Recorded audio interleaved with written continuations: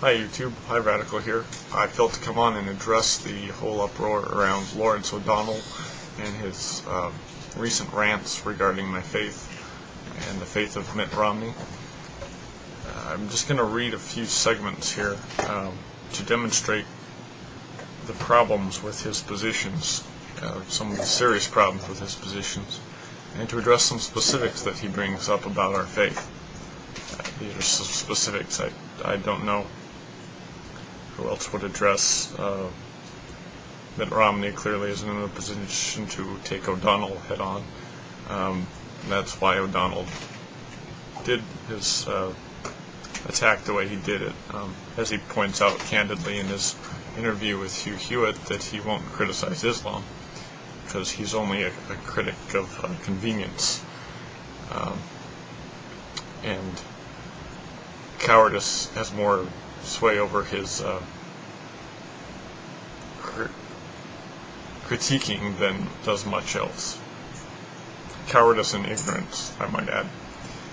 So I'm going to jump in here. He goes off and talking about how one of his friends, who may or may not be Mormon,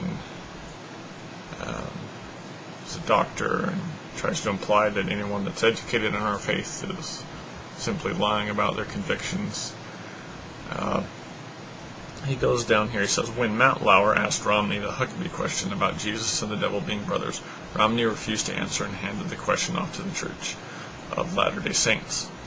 I think it's interesting that he doesn't say the Church of Jesus Christ of Latter-day Saints, he keeps it. Anyway, he says the Church issued a deceptively worded statement that most reporters incorrectly read as a denial of the brotherhood of Jesus and Satan. In fact, the Church could not and did not deny it. The Church did correctly point out that attackers, meaning critics of Mormonism, often use the brother bit. It is true they do, and it's kind of interesting because there's one thing I pointed out in my comments throughout the web, that this accents an issue in traditional Christianity, that's the whole question of evil. If God created everything, did he create Satan?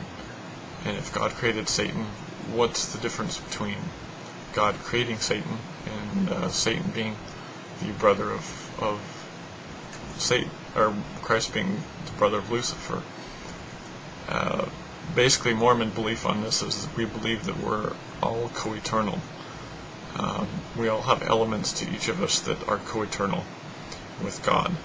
So God did not create things ex nihilo. He did create all things, but he did not create things ex nihilo. So thus you can have Lucifer being created by God and be technically a brother, but by his own agency, which was granted and maintained by God, but still not the actual choice, not emanating from God, because the element, the agent, Lucifer, is co-eternal. So he chose out of nothing created or by God, simply because God maintained his agency,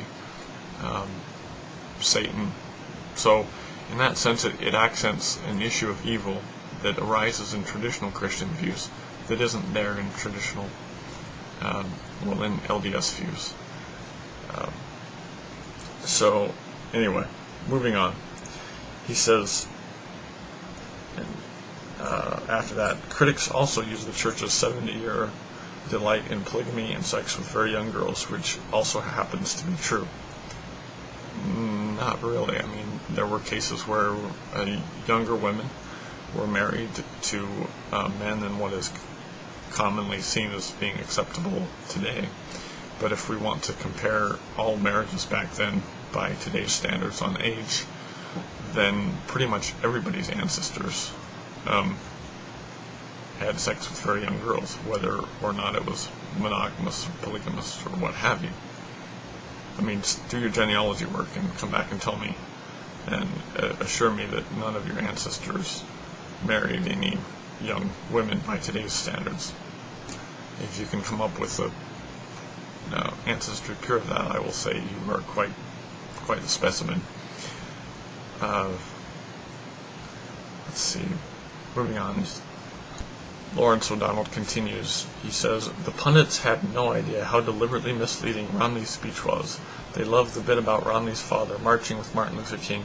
None of them knew that if at the end of the march with George Romney, Martin Luther King was also taken with Mormonism, that he wanted to convert and become a Mormon priest, George Romney would have had to tell him that they didn't allow black priests."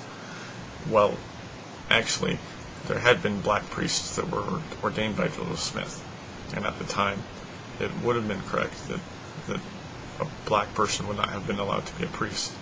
But unlike many congregations in America at that point, Latter-day Saints had interracial congregations. Blacks worshipped with whites, and whites worshipped with blacks. There weren't very many churches, relative to the whole of the American Christian segment at that time, that were integrated as Mormons were. And this isn't terribly far off. If you go back to biblical times, the Levites were the ones that were allowed to have the priesthood. They didn't allow anyone else to have the priesthood. Why he doesn't rail on Jews for that is, I know he's railed on other religions, but if he could, in all fairness, bring out the fact that the Jews also, in their history, have this, it'd be nice.